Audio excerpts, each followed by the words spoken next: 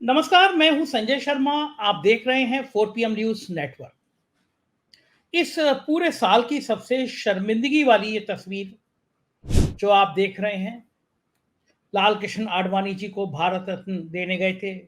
प्रधानमंत्री जी उसमें मौजूद थे, राष्ट्रपति देने गई थी, भारत रत्न दे दिया। तो तस्वीर बराबर में राष्ट्रपति खड़ी है। ये देश की प्रथम नागरिक है राष्ट्रपति, आदिवासी हैं, महिला हैं और राष्ट्रपति हैं। प्रधानमंत्री के कद से कहीं बड़ा पद होता है उनका। प्रधानमंत्री बैठे हैं, लाल कृष्ण आडवाणी का स्वास्थ्य नहीं है, चलो मान सकते हो बैठे हैं, लेकिन जिस समय राष्ट्रपति खड़ी है उस समय प्रधानमंत्री को खड़ा होना चाहिए। लेकिन जो व्यक्ति खुद को देवताओं का देवता मानता हो, उनके पार्टी के अध्यक्ष जेपी नड्डा उनको देवताओं का देवता मानते हैं, खुद प्रधानमंत्री को एहसास होता है कि वो इस सदी के नहीं है, किसी और ग्रह से आए हैं। अयोध्या में राम मंदिर जमीन घोटाले में जिनका नाम बड़ी चर्चाओं में आया, राम मंदिर के कर्ता धर्ता चंपत राय, वो कहते हैं वो भगवान विष्णु का अवतार है। तो भगवान को ऐसे राष्ट्रपति के सामने खड़ा होने की क्या जरूरत? लेकिन क्या ये संदेश है इस देश की नारियों को, मातृ शक्तियों को, क्या देश के आदिवासियों को संदेश है कि प्रधानमंत्री इतने बड़े हो गए हैं कि कोई महिला अगर बराबर में खड़ी होगी, वो राष्ट्रपति क्यों ना हो, वो बैठे रहेंगे? क्या ये जरूरत से ज्यादा अति आत्म उत्साह है, आत्मविश्वास है, अपने आप को श्रेष्ठ मानने की परंपरा है, या कुछ और है? फिलहाल मैं इस तस्वीर को देख के शर्मिंदा हुआ। कुछ भक्त, कुछ गोदी मीडिया के लोग, कुछ कथित इंटेलेक्चुअल वो कह रहे हैं कि जब राष्ट्रपति भवन में भी पुरस्कार दिया जाता है, राष्ट्रपति पदक देती हैं, बाकी लोग बैठे रहते हैं। इन मूर्खों को ये नहीं पता ये राष्ट्रपति भवन नहीं है, और जिस समय राष्ट्रपति ने दिया ये उस समय की तस्वीर नहीं है। राष्ट्रपति भवन में समारोह होता है, ये समारोह नहीं था, उनके घर का था। तो जिस तरह की तस्वीर है, वो तस्वीर पूरी व्यवस्था को सामने लाने के लिए पर्याप्त है, लेकिन ऐसे मंद बुद्धि जो है, इनके दिमाग में गोबर भरा, उनसे आप बहस नहीं कर सकते। दरअसल आज प्रधानमंत्री थोड़े चिंतित थे। मेरठ की रैली में उनकी बौखलाहट साफ देखी जा रही थी। आज बॉडी लैंग्वेज प्रधानमंत्री की बता रही थी, प्रधानमंत्री परेशान है। परेशान इसलिए थे कि आज दिल्ली में जो रैली हुई, महारैली हुई इंडिया गठबंधन की, उसने प्रधानमंत्री को बेचैन कर दिया। इतनी बड़ी संख्या में केजरीवाल के समर्थन में इंडिया गठबंधन जुटेगा, इतनी गर्मी में इतनी भारी भीड़ आ जाएगी, यह प्रधानमंत्री ने सोचा नहीं था। और जो भाषण हुए वो आज प्रधानमंत्री की इज्जत को तार तार करने के लिए पर्याप्त थे। सबने बताया डंके के चोट पर कि इस देश का सबसे बड़ा घोटाला, इलेक्टोरल बॉन्ड का घोटाला, प्रधानमंत्री ने कितनी सफाई के साथ किया, भारतीय जनता पार्टी ने कितनी सफाई के साथ किया। इस बॉन्ड की बहती हुई भ्रष्टाचार की गंगा में किस किसने हाथ नहीं धोए। जिन बड़ी बड़ी दवाओं की कंपनी के सैंपल फेल हो गए थे, यानी मेरे आपके शरीर के संग खेलने वाली जो खाने पीने वाली दवाएं हैं, जो हमें शरीर को संचालित करती, स्वस्थ बनाती, उनके सैंपल फेल हो गए, यानी दवाएं गलत थी। लेकिन उन्हें हजारों करोड़ रुपए प्रधानमंत्री जी को, यानी भारतीय जनता पार्टी के फंड में जमा किए इलेक्टोरल बॉन्ड के जरिए, और वो क्लीन चिट पा गए। शराब नीति जिसकी वजह से केजरीवाल जेल में है, उसका मुख्य आरोपी ईडी ने जेल भेजा। उसने कहा मेरी पीठ में दर्द है, जमानत दे दी गई। उसने सैकड़ों करोड़ रुपए के बॉन्ड खरीदे, बीजेपी को दिया और वो बाहर हो गया। तो कह रहा हूं, देश में इतना बड़ा घोटाला, ये बोफोर्स और राफेल से भी कहीं ज्यादा, कहीं गुना बड़ा घोटाला है। गोदी मीडिया को कह दिया गया है, उनके आका की तरफ से, एक पीएमओ के एक बड़े अफसर जिनका नाम हरेन जोशी है, कई बार चर्चा में आता है उनका नाम, कई लोग लेते हैं, बताया जाता है उन्होंने कह दिया कि खबरदार जो इलेक्टोरल बॉन्ड पर चर्चा की। तो आज जो रामलीला मैदान में बिल्कुल तीर चल रहे थे, प्रधानमंत्री ने आहत कर दिया, प्रधानमंत्री को आहत हो गए वो। और आज पूरी बॉडी लैंग्वेज बदली हुई थी, बहुत चेंज थी, बौखलाहट नजर आ रही थी। इसी चक्कर में आज उन्होंने जयंत चौधरी की काम भर की बेइज्जती कर दी। पश्चिमी उत्तर प्रदेश में जो जयंत चौधरी का हाल हुआ, जयंत चौधरी ने भी सपने में नहीं सोचा था। मंच पर कोने में बैठा दिया गया, माला में जगह नहीं, एक हल था उसमें हल को पकड़ने के दूर हो कोई। मंच पे क्या क्या हुआ ये मैं आज आपको सुनवाता हूं। उस इलाके के एक बड़े किसान नेता पुष्पेंद्र सिंह से मैं बातचीत करूंगा, और आप खुद समझिए, खुद सुनिए कि क्या क्या हुआ जयंत चौधरी। और ये तस्वीर है पश्चिमी उत्तर प्रदेश की, जो बता रही है कि उत्तर प्रदेश में बीजेपी का हाल बुरा है। गाजियाबाद के प्रत्याशी है अतुल गर्ग, मुजफ्फरनगर के प्रत्याशी है संजीव बालियान, उन पे उनकी मारपीट की गई है, उन लोगों से उनकी गाड़ियां तोड़ दी गई। यानी भाजपा के प्रत्याशियों का अभी से यह हाल हो गया है। तो सोचिए क्या हाल होगा उत्तर प्रदेश में, जो ये सोच रहे हैं कि हम 70 पार 75 पार। हकीकत यह है कि पश्चिमी उत्तर प्रदेश में भी बैंड बजी हुई है। पूरा क्षत्रिय समाज पश्चिमी उत्तर प्रदेश का नाराज है और कह रहा है कि अगर योगी को बचाना है तो मोदी को हराना है। मतलब क्षत्रियों में संदेश है ये कि अगर सीटें ज्यादा आ गई तो योगी हटा दिए जाएंगे। और पश्चिमी उत्तर प्रदेश से जहां 6-6 7-7 मेंबर ऑफ पार्लियामेंट ठाकुर हुआ करते थे, एक भी ठाकुर को टिकट नहीं दिया गया। जिस सरकार में 6-6 मिनिस्टर हुआ करते थे, एक सिर्फ ठाकुर है। ये बात साफ हो रही है। लोग तो ये भी कह रहे हैं कि राजस्थान में भी इस तरह क्षत्रियों के नंबर काट दिए गए, यानी कुल 110-120 टिकट जो काटे गए शुरुआत में, उसमें 70-80 क्षत्रिय थे। ऐसी ग्रुप में कई में मैंने देखा है चल रहा है। फिलहाल चलता हूं पुष्पेंद्र सिंह जी के पास और आपको सुनवाता हूं क्या बीत रही है जयंत चौधरी के दिल पर। पूरा बातचीत सुनिएगा, बहुत मजेदार बातचीत है। चलिए चलते हैं पुष्पेंद्र जी के पास। उससे पहले रिक्वेस्ट, चैनल को ज्वाइन और सब्सक्राइब करना ना भूलें। चलिए पुष्पेंद्र जी के पास। 4PM न्यूज नेटवर्क में स्वागत है पुष्पेंद्र जी आपका। प्रधानमंत्री गए, आपके इलाके में गए, आप उस इलाके के प्रबुद्ध किसान नेता हैं, पढ़े लिखे किसान नेता हैं। मैं तो आपका सम्मान इसलिए करता हूं कि देश के बड़े बड़े अखबारों में आपके आर्टिकल छपते हैं, अंग्रेजी में, हिंदी में। प्रधानमंत्री गए तो मुझे बड़ी उम्मीद थी कि आज जयंत बाबू बहुत सारी घोषणा करा देंगे किसानों के पक्ष में। जयंत का बड़ा सम्मान होगा आज मंच पर।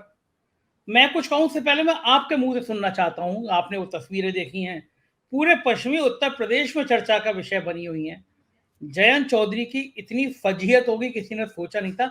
आप बताइए क्या चर्चा है उधर। आप चूंकि आप सुबह से आपके कई लोगों से बात हुई होगी, क्या सम्मान मिला? देखिए संजय जी, सबसे पहले बड़ी बात तो यह है कि जब प्रधानमंत्री जी वहां मंच पर आए तो वो जिस आत्मीयता से बाकी लोगों से मिल रहे थे, इनसे नहीं मिले। और एक दो बार भाषण के बाद भी और बीच में भी जब वो उठ करके इधर उधर गए तो उन्होंने बहुत ज्यादा तवज्जो, पहली बात तो इनको नहीं थी। दूसरा, जो सिटिंग अरेंजमेंट था उसमें भी प्रधानमंत्री बीच में थे और उनके लेफ्ट साइड में प्रदेश अध्यक्ष भूपेंद्र चौधरी थे, उसके बाद संजीव बालियान थे, उसके बाद ये जो है बैठे हुए थे।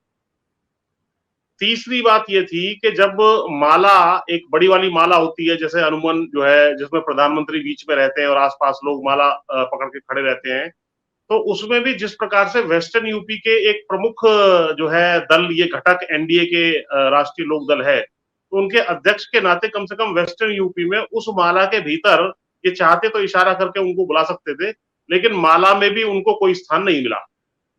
और उसके बाद एक बीच में एक हल भी जो है प्रधानमंत्री जी को दिया गया भेंट स्वरूप, लकड़ी का जो बड़ा सा हल होता है, तो उसमें भी जो है जो पकड़ाने वाले थे उसमें भी जयंत चौधरी कहीं नहीं थे। तो फिर भूपेंद्र जो चौधरी हैं, जो प्रदेश अध्यक्ष हैं भाजपा के यूपी के, उन्होंने इशारा करके इनको बुलाया तो इन्होंने थोड़ा सा हाथ टिका करके आगे कर दिया। तो इनकी स्थिति वो हो गई कि पहले ये खुद प्रमुखता से माला के अंदर रहते थे, जो भेंट इनको जब ये जाते थे, चाहे वो अपनी रैलियां हैं या जो इंडिया गठबंधन की रैलियां हैं उसमें प्रमुखता से बैठते थे, उठते थे, तो वो सारी चीजें जो है यहाँ नजारत थी। और आते जाते हुए भी बहुत बड़ा ध्यान, जिस तरीके से प्रधानमंत्री अपनी स्टाइल में आदमी को अपने औकात में लाके खड़ा कर देते हैं, वो किया उन्होंने। बहुत ज्यादा तवज्जो इनकी तरफ नहीं दी, ना इनका हाथ पकड़ा, ना इनसे जैसे आदमी आत्मीयता से दो चीजें पूछ लेता है। और जबकि आज चौधरी चरण सिंह जी को भारत रत्न देने के उपलक्ष्य में एक सम्मान समारोह और कम रैली वो थी,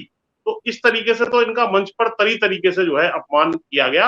अब ये इसको कैसे ही मानते रहे, लेकिन जो देखने वाले हैं, जिन लोगों से हमारी चर्चा हुई और जो वीडियो बाहर निकल कर आ रहे हैं, उससे बहुत स्पष्ट है कि इनको कोई तवज्जो वहां पर नहीं मिली। जी पुष्पेंद्र जी, एक गठबंधन का साथी ऐसा था जो हाथ हिलाते हुए फोटो खिंचाता था। उत्तर प्रदेश के पूर्व मुख्यमंत्री अखिलेश यादव गाड़ी तक छोड़ने आता था, उम्मीद से ज्यादा 7 सीटें दी।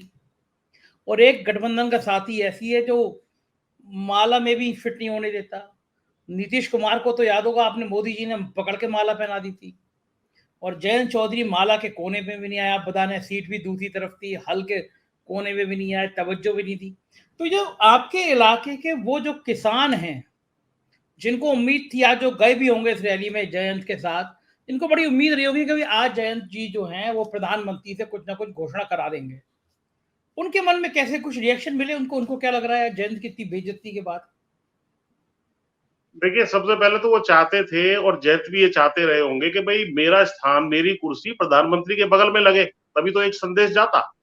तो कुछ जाटों का और किसानों का तो रिएक्शन ये है कि ठीक रहा, इसके साथ यही होना चाहिए था, क्योंकि इसने जिस तरीके से पाला बदला, और जो ये कहते थे कि मैं चवन्नी नहीं हूं, मैं पलटता नहीं हूं, मैं पलटूंगा नहीं, और ये पलट करके वहां गए, तो इसको इसी तरह का बिहेवियर इनको जो इनके साथ होना चाहिए था। कुछ लोग तो ये कह रहे हैं, और बाकी जो लोगों को आशा थी, मैं आपको बताऊं कि बहुत अच्छा मौका जयंत चौधरी के पास था।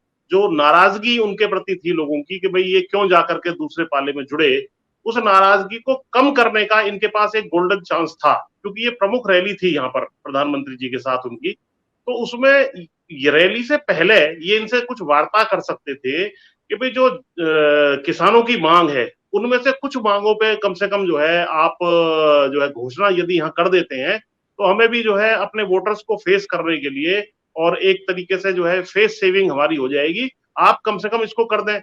लेकिन उसको करवाने में भी ये बिल्कुल जो है नाकाम रहे। कोई भी घोषणा किसानों से संबंधित, एक भी घोषणा, केवल जो है इधर उधर की बातें होती रही। ये भी अपने भाषण में केवल जो है एक भाटगिरी सी करते रहे और प्रशंसा करते रहे। अदरवाइज कोई वास्तविक घोषणा जो है किसानों के पक्ष की या जाटों के पक्ष की ये नहीं करवा पाए। जी पुष्पेंद्र जी, प्रधानमंत्री जी को ये एहसास नहीं था कि इस इलाके के किसान और खासतौर से जाट नेता बहुत भड़के हुए हैं। जो किसानों की बेटियां थी, जो खिलाड़ी थी, उनका जिस तरह दिल्ली में अपमान हुआ, जाट समुदाय से अधिकांश आती थी वो, जिस तरह उनको घसीटा गया दिल्ली में, पूरे देश में खासतौर से जाट समुदाय में बड़ा, खाप पंचायतों में बड़ा गुस्सा था, नाराजगी थी। और जाट समुदाय तो बड़ा स्वाभिमानी कौम होती है, वहां पे जाट बिरादरी की कोई बहू बेटी पे हाथ डाले, निगाह टेढ़ी करे तो गुस्सा आता है। उन उन सारे सपनों को आज मौका था जयंत को कि किसान रखते प्रधानमंत्री के साथ, क्यों नहीं कर पाए जयंत चौधरी? हिम्मत क्यों नहीं कर पाए आज ये कहने की कि ब्रजभूषण को टिकट मत देना, इस इलाके के लोगों की बात है। बल्कि मैं तो देख रहा था एक विज्ञापन जिसमें जयंत चौधरी के सम्मान में ब्रजभूषण का फोटो भी लगा हुआ था उस विज्ञापन में। तो क्या अब वो, उनको जी जी। लगता नहीं है इस इलाके के लोग बड़ा भड़क जाएंगे ऐसी चीजों से? नहीं, देखिए, इलाके के लोग जो एक्सपेक्ट कर रहे थे इनसे कि भाई कम से कम, जैसे एमएसपी की लीगल गारंटी की बात है, एमएसपी की लीगल गारंटी के विषय में जो पिछली बार किसान आंदोलन दिल्ली के चारों तरफ हुआ था, जिसमें 750 से ज्यादा किसान भाई हमारे शहीद हुए थे, उसमें सहमति बनी थी कि एमएसपी की लीगल गारंटी आपको समयबद्ध तरीके से दी जाएगी। उस पर ये दबाव वहां बना सकते थे, क्योंकि अब ये भाजपा के अंदर तो है नहीं कि उनको सुननी सुननी है, लेकिन बाहर होते हुए, एनडीए का पार्ट होते हुए, अपने दल का राष्ट्रीय अध्यक्ष होते हुए भी ये दबाव नहीं होना पाए। मुझे बड़ा आश्चर्य है, और बड़ा ही हल्के किस्म का इन्होंने सारा भाषण दिया। तो एमएसपी की लीगल गारंटी पर ये कह सकते थे कि भाई एमएसपी की लीगल गारंटी कम से कम किसानों की, मसीहा चौधरी चरण सिंह जी को भारत रत्न देने की आप बात कर रहे हैं, तो कम से कम उनके लिए जो है कम से एमएसपी की लीगल गारंटी आप घोषित कर दें। दूसरा, किसानों की कर्जे माफी की बात थी, उसके ऊपर कोई घोषणा करवा सकते थे। पीएम किसान योजना के विषय में प्रधानमंत्री जी ने कहा जरूर कि भाई पीएम किसान योजना है, और कुछ पैसे यहाँ पर भी, कई करोड़ रुपया यहाँ पे मेरठ के लोगों को, किसानों को मिला है। उसमें 5 साल में उसमें 6,000 रुपए जो मिल रहे हैं वो वहीं के वहीं है, जबकि सरकारी कर्मचारी का टीएडीए लगातार बढ़ता रहता है मुद्रा स्फीति के अनुसार। तो वो भी राशि कम से कम 12,000 घोषणा ये करवा सकते थे, वो मौका इन्होंने हाथ से गंवा दिया। जाटों को आरक्षण के विषय में पिछले 10 साल से स्वयं प्रधानमंत्री हो, चाहे ये अमित शाह जी हो, या इनके बगल में जो बैठे हुए हैं, क्या नाम है, अपने संजीव बालियान जी हो, वो भी बार बार कहते रहे कि भाई जाटों को आरक्षण हम दिलवाएंगे, और मूछ का बाल रखा है, हमने जाटों का नमक खाया है, इस तरह की बातें प्रधानमंत्री जी करते रहे। उसके विषय में एक प्रश्न उठा सकते थे, हीरो ये बन जाते, उसको इन्होंने नहीं उठाया। अग्निवीर योजना, प्रधानमंत्री जी ने ये तो कहा कि हमने जो है 1 रैंक 1 पेंशन और वो सब चीजें की है, बड़ा अच्छा हमने भुगतान किया है। आप अग्निवीर योजना, जिस पर आपके गांव गांव बच्चे प्रैक्टिस करते हैं, 4-4 3-3 साल भाग करके वो अपने आप को मजबूत करके वहां भर्ती होने जाते हैं, और 4 साल की नौकरी को बाद घर आ जाएंगे, भारी रोष है ग्रामीण क्षेत्र में। उसके विषय में इन्होंने कोई मांग नहीं उठाई। तो बहुत सारी ऐसी चीजें थी ग्रामीण क्षेत्र की। गन्ने के विषय में खुद इन्होंने एक रैली में अभी 2-4 दिन पहले कहा था कि भाई जो अब की बार 400 पार, तो गन्ना भी 400 पार होगा। तो कह देते कि भाई गन्ने का जो है सरकार बनने के बाद हम 30 रुपए का इसी सीजन में जो है बोनस जोड़ करके 370 + 3 400 रुपए देंगे, और अगली बार फिर इसको आगे बढ़ाएंगे, इस मांग को ये रख सकते थे। तो आज ये साबित हो गया कि ये केवल जो कुछ लोगों के मन में एक आशा थी कि हो सकता है ये सत्ता के लिए नहीं गए हैं, अपने मुद्दे वहां जाकर के उठाएंगे, वो भी टूट गई। भारी निराशा जो है पूरे पश्चिम यूपी के किसानों में भी, जाटों में विशेषकर है कि भैया ये केवल और केवल सत्ता की मलाई चाटने के लिए वहां गए थे और बिल्कुल दबके वो वहां खड़े हुए हैं। कोई ना इनका सम्मान है, ना इनकी कोई बात सुन रहा है, ना ये कोई मांग जिस वजह से किसान इनका साथ देता चला आ रहा है उसको मनवाने की स्थिति में। जी पुष्पेंद्र जी, आपके पीछे एक महान विभूति चौधरी चरण सिंह जी का फोटो लगा है। पूरा देश उनको सम्मान करता है, उनको याद करता है। एक ऐसा स्वाभिमानी नेता जो अपने दम पर पूरी पूरी बड़ी बड़ी सरकारों को हिला दिया करता था, सरकारें किसी की भी हों। आज उनके खानदान का एक वारिस, उसका पश्चिमी उत्तर प्रदेश में इस तरह अपमान हो रहा है। भारत रत्न देश भर देने से कोई काम नहीं चलता। असली किसानों की समस्याएं होती हैं, वही भारत रत्न होती है। आप उनकी मांगे मान लेते। क्या आज जयंत चौधरी को एक बार भी एहसास नहीं हुआ होगा कि वो किस विरासत से आते हैं, किस ताकत से आते हैं, और आज मंच पर जो उनके साथ हो रहा है वो केवल यही है कि भाजपा एक ऐसा समुद्र है जिसमें नदी मिलती है फिर नदी नहीं रहती। जो बीजेपी में गया फिर उसका यही हाल होता है। क्या ये संदेश आज संकेत मिला जयंत को? ये संदेश और संकेत भी मिल गया, और आप ये समझ लीजिए कि पश्चिम यूपी में राष्ट्रीय लोकदल जो है एक बड़े दल के रूप में माना जाता है, और उसका अध्यक्ष तो बैठा है प्रधानमंत्री से दूर, और संजीव बालियान बैठे प्रधानमंत्री के ज्यादा पास।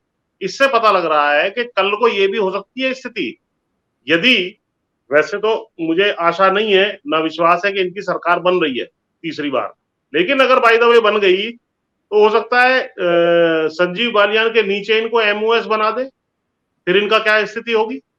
तो इनको तो इन्होंने अपना स्थान दिखा दिया कि भाई तुम संजीव बालियान से जूनियर हो, तुम पीछे बैठो जरा, मतलब साइड में बैठिए उसके, और आपको कोई माला में भी स्थान देने की हमें आवश्यकता नहीं है, क्योंकि आप बहुत बड़ा वोटों का बैंक लेकर के या कोई प्रभाव यहाँ किसानों में नहीं डाल पा रहे हो, और ना ही जो बहुत ज्यादा आत्मीयता से हमें आपको मिलने की आवश्यकता है, क्योंकि आपको मालूम है कि प्रधानमंत्री जी की ये पुरानी स्टाइल है।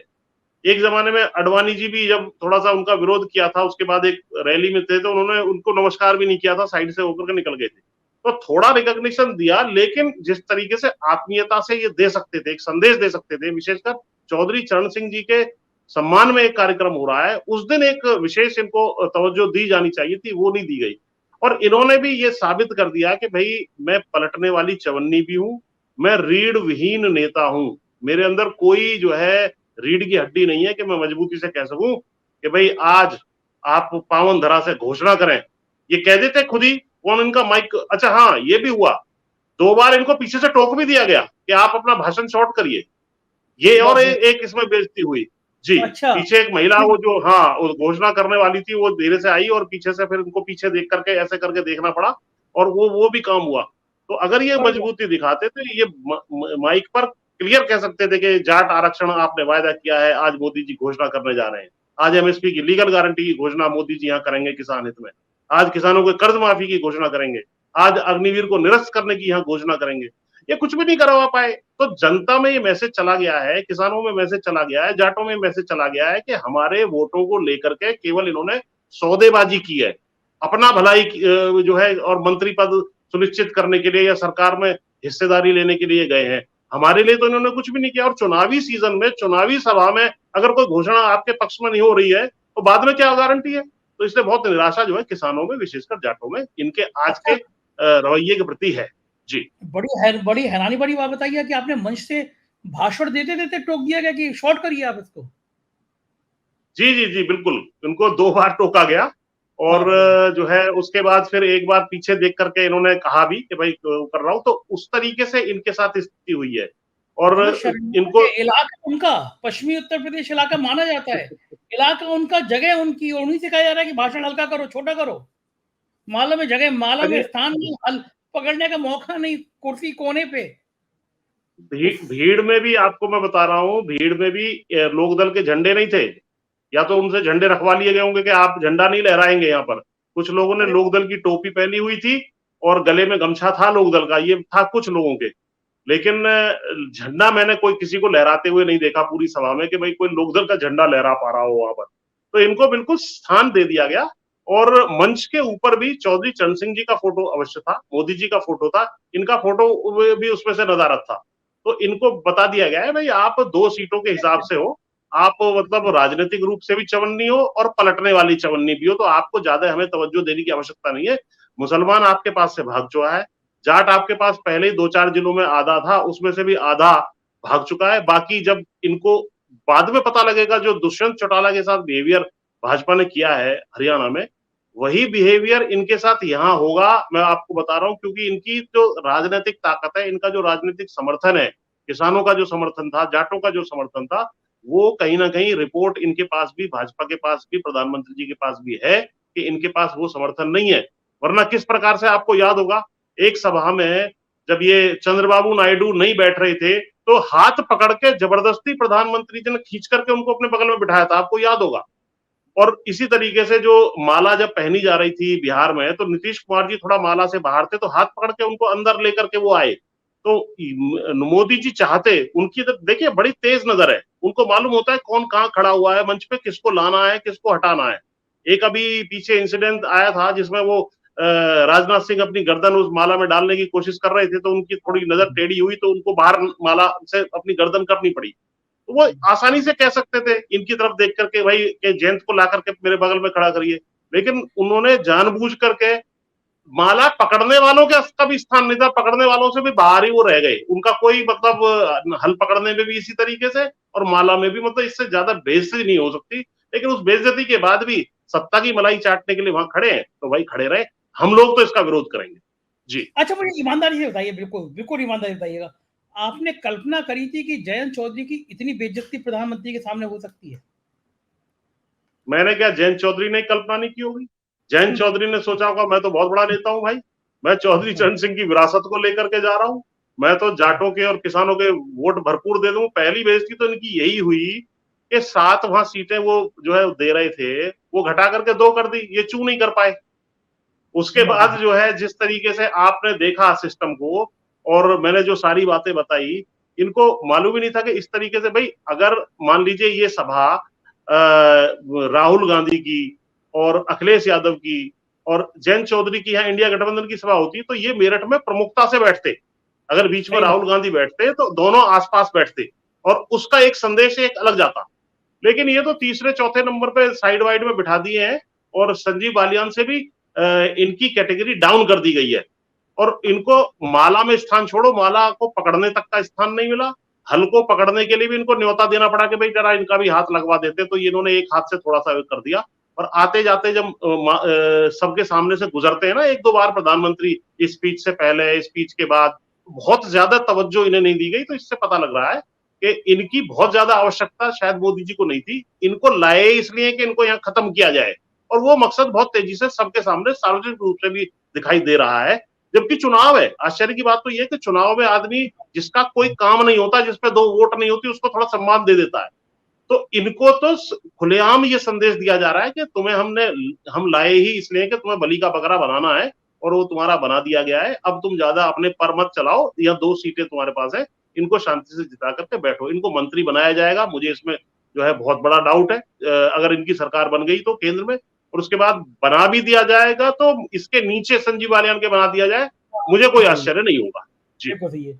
एक बात और बताइए, 2 वीडियो वायरल हुए, एक गाजियाबाद के प्रत्याशी अतुल गर्ग, उनकी मारपीट करते हुए उनसे लोग, कल संजीव बालियान की कुछ तो लोग कह रहे हैं ठुकाई उकाई भी हो गई, लेकिन गाड़ी वाड़ी तोड़ दी गई। तो ये जो भारतीय जनता पार्टी के लोकसभा के प्रत्याशी हैं, पश्चिमी उत्तर प्रदेश में अगर इनकी पिटाई हो रही है, इनकी गाड़ियां तोड़ी जा रही हैं, तो ये है क्या, मामला क्या है ये? देखिए, जनता में जो है संजय जी बहुत ज्यादा अंदर अंदर रोष है, विशेषकर युवाओं में जो बेरोजगारी है वो चरम पे पहुंची हुई है।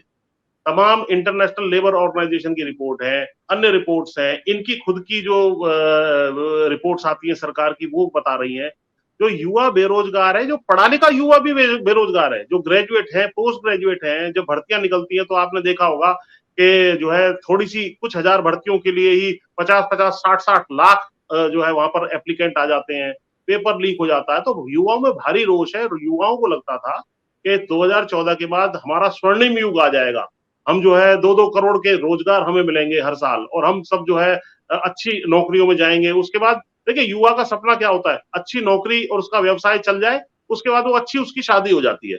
यहाँ शादियां नहीं हो रही हैं। जो ग्रामीण क्षेत्र में जो है स्थिति ये है कि बच्चों की उम्र जो 25 साल के थे वो 35 साल के हो गए हैं, बहुतों की शादियां नहीं हो गई हुई। और उसके बाद अब ये भर्ती वाला मामला और गले में फांस बन गया। भर्ती हो जाते थे तो कम से कम जो है अब लोग जो 4 साल का अग्निवीर है उससे शादी करने के लिए, लड़की देने के लिए उसको तैयार नहीं है। बोला ये 4 साल बाद यहाँ घर आ जाएगा तो हम इसका क्या करेंगे। तो ये स्थिति जो बनी है इसकी वजह से एक रोष है। और ये जो बड़ी बड़ी बातें करते हैं, मोदी जी ने भी आज बड़ी बड़ी बातें की हैं, कोई ठोस बात जो कहने वाली बात है वो नहीं है। इसकी वजह से रोष है, जिसका परिणाम कहीं गाड़ी तोड़ने में, कहीं पिटाई होने में, कहीं आपस में कार्यकर्ताओं के भिड़ने में लग रहा है। और ये आगे भी आपको इसी तरीके से दिखाई देगा। जी। अच्छा, प्रधानमंत्री जी वहां पे कह रहे थे कि मैं भ्रष्टाचार के खिलाफ लड़ाई लड़ूंगा। आपको हंसी आई या नहीं आई? पिछले दिनों में जितने भ्रष्टाचारी थे उन पे ईडी के नोटिस दे दे के वापस बुला दिया गया, एंट्री करा दी गई। जो बॉन्ड का मामला, इलेक्टोरल बॉन्ड का मामला आया, उसमें साबित हो गया कि दुनिया का सबसे बड़ा भ्रष्टाचारों में से एक भ्रष्टाचार होगा जो सत्ता जनित भ्रष्टाचार है। मतलब यहां तक कि पुष्पेंद्र जी, जिन दवाओं की कंपनियों के ड्रग्स फेल हो गई थी, दवा कंपनी के सैंपल फेल हो गए थे, उन्होंने भी सैकड़ों हजारों करोड़ रुपए चंदा दे दिया बीजेपी को, उन पर कोई कार्रवाई नहीं हुई। इनकम टैक्स का नोटिस, ईडी का नोटिस आया, भ्रष्टाचार के खेल में शामिल हुए वो व्यक्ति, इलेक्टोरल बॉन्ड खरीदा, करोड़ों रुपए बीजेपी को, वॉशिंग मशीन में धुल के साफ। अब शराब नीति जिसमें केजरीवाल जेल में है, ईडी ने गिरफ्तार करके जेल भेज दिया। उसने कहा मेरी पीठ में दर्द है, जमानत मिल गई, बाहर आया, कई करोड़ रुपए बीजेपी को दिया इलेक्टोरल बॉन्ड से और बरी। इतना बड़ा तमाशा जिस पार्टी में हो रहा, उसका मुखिया प्रधानमंत्री कह रहा हो कि भ्रष्टाचार के खिलाफ बहुत बड़ी लड़ाई लड़ रहा हूं मैं। लोग, जनता हंसती नहीं होगी सोच सोच के क्या बोल रहे हैं प्रधानमंत्री? देखिए संजय जी, जब ये भ्रष्टाचार की बात कर रहे थे, ये थोड़े से बौखलाए हुए भी थे आज मोदी जी, आप देखेंगे। अदरवाइज ये बहुत कूल काम होकर के बोलते हैं। हाँ, और आज बॉडी आज लैंग्वेज इनके, गड़बड़ा हाँ, थी। आज इनकी जो बॉडी लैंग्वेज और वो थी, इनको लग रहा था क्योंकि एक बहुत सफल रैली रामलीला मैदान में इंडिया गठबंधन की आज हुई है और उसमें तमाम भ्रष्टाचार के और तमाम इलेक्टोरल बॉन्ड के, वॉशिंग मशीन के तमाम मुद्दे उठाए गए। और इलेक्टोरल बॉन्ड में जो 8,500 करोड़ रुपए मिले हैं इनको, और उसका लिंक जिस जिस तरीके से खुलता चला जा रहा है कि भाई आपके ऊपर छापा डाला, आपने इलेक्टोरल बॉन्ड दिया, आपको मुक्त कर दिया, आपको ईडी ने पकड़ा, उसके बाद आपने जो है इलेक्टोरल बॉन्ड दिए, आपको जो है जेल से जाने से रुक गए, आपने इलेक्टोरल बॉन्ड दिया, कुछ समय बाद आपको बड़ा ठेका मिल गया, तो या आपकी दवाइयां का सैंपल फेल हो गया, आपने इलेक्ट्रॉन बॉन्ड दिया, आप पाक साफ हो गए। तो ये सारी की सारी सीरीज, ये लाखों करोड़ का वास्तव में घोटाला है। ये तो ऑफिशियली जो पैसे आए हैं वो है 8,500 करोड़। उसके अलावा आगे आगे ये 10,000 करोड़ के और इलेक्ट्रॉन बॉन्ड छापने का ऑर्डर दे चुके थे। कल परसों रिपोर्ट आई है इंडियन एक्सप्रेस में। वो तो निरस्त करना पड़ा बीच में क्योंकि वो सुप्रीम कोर्ट का आदेश आ गया था। तो इलेक्ट्रॉन बॉन्ड के माध्यम से भारी घपला घोटाला ये करने जा रहे थे।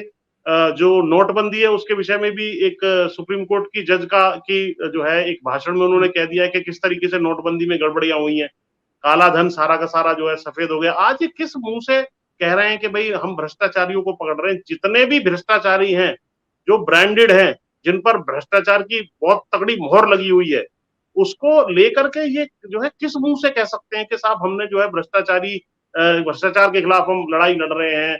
ये तमाम जो इनके ढकोसले जनता देख चुकी है और इनकी जो वॉशिंग मशीन में ये साफ कर करके उनको अपने यहाँ सजाते रहते हैं, उनको टिकट देते रहते हैं। जनता जान रही है कि भाई इनके बस की भ्रष्टाचार से लड़ना नहीं है। ये तो इंस्टीट्यूशनलाइज कर दिया गया, संस्थागत बना दिया गया, भ्रष्टाचार को लीगलाइज कर दिया गया है कि आप इलेक्ट्रल बॉन्ड लो, आप तमाम अपनी मुसीबतों से छुटकारा पा जाओ। अगर आप बिजनेसमैन हो, अगर आप राजनीतिज्ञ हो, हमारे साथ आ जाओ, आप सारे सारे हर तरीके से पाक साफ हो जाओगे। तो ये चीज साबित हो चुकी है, इसलिए इनकी भ्रष्टाचार वाली बात पर कोई विश्वास नहीं करेगा। और तो और महिलाओं के बारे में इन्होंने कहा महिलाओं का हम बड़ा सम्मान करते हैं। आज जो महिला राष्ट्रपति हमारी सम्मानित दलित वर्ग से आती हैं और वो खड़ी हुई है, ये वहां पर जो है दांत दिखाते हुए या हंसते हुए वहां पर साइड में बैठे हुए हैं, जब एल के अडवाणी साहब को भारत रत्न दिया जा रहा है। अरे अडवाणी साहब तो कम से कम जो है स्वास्थ्य कारणों से खड़े नहीं हो सकते, इसलिए उनको खड़े होकर के उन्होंने दिया। जैसे ही महिला वहां खड़ी है, राष्ट्रपति हैं, तो तुरंत प्रधानमंत्री जी को अपने स्थान पर खड़े हो जाना चाहिए था। लेकिन उनके बगल में बैठ करके जिस तरीके से वो छवि गई है वो बड़ी शर्मनाक है और बताती है कि वास्तव में इनका महिलाओं के प्रति क्या रुख है, कितना सम्मानी महिलाओं का करते हैं। जी। एक आखिरी सवाल पुष्पेन जी, आज जो रामलीला मैदान में दिल्ली में रैली हुई है, उसके क्या संकेत देखते हैं? किस तरह ताकत देखते हैं, किस तरह कमजोरी देखते हैं, क्या संदेश निकले हैं आज दिल्ली की रैली के? देखिए संजय जी, पूरे देश में संदेश ये चला गया है कि विपक्ष के जो नेता हैं या विपक्ष जो है वो ना केवल एकजुट है, डराने, धमकाने, नोटिस देने या जेल में डालने के बावजूद भी मजबूती से विपक्ष एक जगह एकजुट होकर के खड़ा हुआ है। और विपक्ष को तो मैं आपको बता दूं, इनकी 303 सीटें थी। विपक्ष तो केवल इनकी 70-80 सीटें यदि घटा देता है जो इनकी घट रही हैं। यदि आप यूपी की बात करें, यूपी में भी वो स्थिति इस बार नहीं रहेगी जैसे पिछली बार थी। और अंदर खाने भी योगी जी भी नहीं चाहते कि बहुत ज्यादा सीटें लेकर के आए और मेरा ही नंबर लगा दें। जिस प्रकार से इन्होंने हरियाणा में कल्याण किया है, उत्तराखंड में किया था या गुजरात में किया था, पूरी कैबिनेट बदलवा दी थी, तो ऐसा कुछ भी ड्रामा हो सकता है यहाँ पर अगर ये ज्यादा लेकर के आ गई। मैं आपको बहुत विश्वास से कह रहा हूँ और अंदर की खबर बता रहा हूँ, और ये नहीं चाहते कि बहुत ज्यादा आए। दूसरा, इसी तरीके से बाकी चीजें जो देश भर में ये करते रहते हैं, कर रहे हैं, तो कहीं ना कहीं विश्वास इनके ऊपर बहुत ज्यादा अब लोगों को नहीं बचा है। इनकी ये संदेश रामलीला मैदान से चला गया है।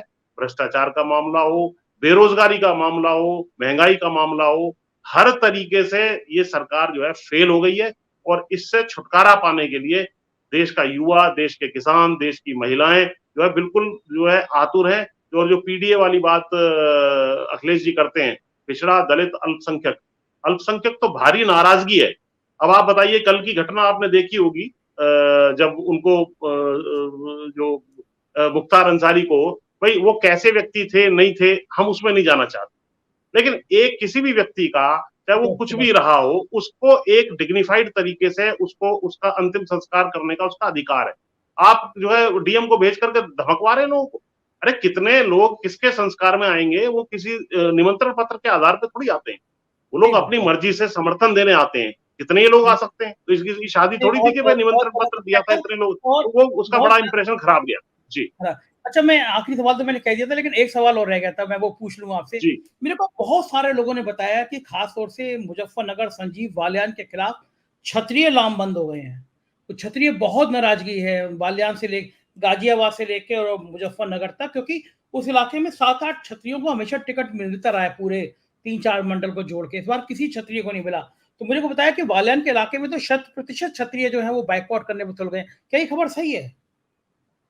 देखिए, मुख्य रूप से जो सरदना सीट पड़ती है, जिसमें पहले ये संगीत सोम विधायक थे और 2022 के चुनाव में हार गए थे, तो वो तो उनका तो भाषण आ गया है जिसमें वो कह रहे हैं, देखो भाई गद्दारों, हाँ उन्होंने कह दिया गद्दारों को सबक सिखाना है।